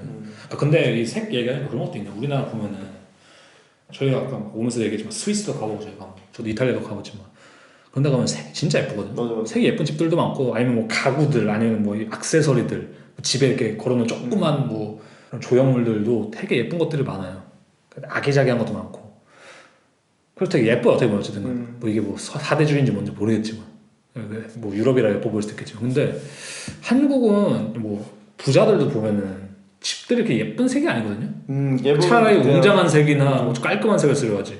차들도 그렇잖아. 여기서는 좀 알록달록한 차들도 많은데 한국은 다 흰색 아니면 검은색, 뭐 쥐색, 뭐 이런 흰색 깔끔한 걸 하잖아요. 튀는 걸 별로 안 좋아하는 걸 수도 있고. 튀는 걸 안 좋아하는 것도 있는데 진짜 그런 면에 있어서 알리사라가 만약에 나라를 바꾸기에 색을 썼는데 그게 효과가 있었다면 우리나라도 그런 건 많이 하거든요. 너무 그거에 젖어들지 않았을까? 원도심이라던가 그 원도심이 이제 신도심에 의해서 낙후된 지역을 의미하잖아요. 원도심이라던가 아니면 판자촌이라던가 약간 재개발 지역에 벽화를 그리는 걸 많이 하잖아요. 벽화 마을로 꾸미거나 뭔가 그런 식의 그건 있지만 뭔가 이렇게 알리사라처럼 어떤 사운드나 어떤 소프트한 그러니까 뭐라 그러죠? 그런 걸 건드려서 하는 작업은 별로 없는 거죠. 그러니까 그 차이인 것 같아요. 벽화는 제가 볼 때는 그냥 그런 거예요. 예를 들면 노트북으로 치자면 알리사라는 노트북을 좀 더 예쁘게 받고 싶어서 색을 칠했다 뭐 이런 게 있다면은 그 한국식 그 벽화는 스티커를 붙였다 그냥 그런 느낌. 그치. 예를 들자면 근데 아무튼 그래서 저는 이렇게 이 다양한 측면을 이렇게 다루면서 근데 작업이 이게 느끼하지가 않거든요. 맞아 담백해요. 그러니까 보통 이렇게 레퍼런스가 많고 책이 이만큼 있으면 사실 느끼해요 작업이. 근데 그런 지점이 별로 없고 진짜 깔끔하고 감각적이다.